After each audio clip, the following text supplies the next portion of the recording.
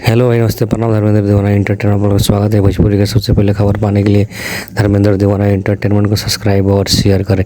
देखिए, power star Pawan Singh का काला माटी फिल्म का जो आज जो अनाउंसमेंट था, जो पावर स्टार पवन सिंह का मुहूर्त था, वो पावर स्टार पवन सिंह का आज मुहूर्त हो गया है। ठीक है, देखिए, पावर स्टार पवन सिंह का ये फिल्म बहुत खतरनाक और ब्लास्ट होने वाला है, क्योंकि ये फिल्म कुछ अलग बनाया जा रहा है। ठीक है, पावर स्टार पवन सिंह का जो फिल्म है जमशेद कुछ म्यूजिक करके है, वहाँ पे ये पावर स्टार उस बैनर तले पावर स्टार पवन सिंह का ये काला माटी शूट होने वाला है। ठीक है, तो इसमें पावर स्टार पवन सिंह का लुक बहुत खतरनाक होने वाला है। फर्स्ट लुक है पावर स्टार पवन सिंह का जो काला माटी का है। ठीक है, अगर इसमें कास्ट कौन कौन है कल इसके बारे में बात किया जाएगा।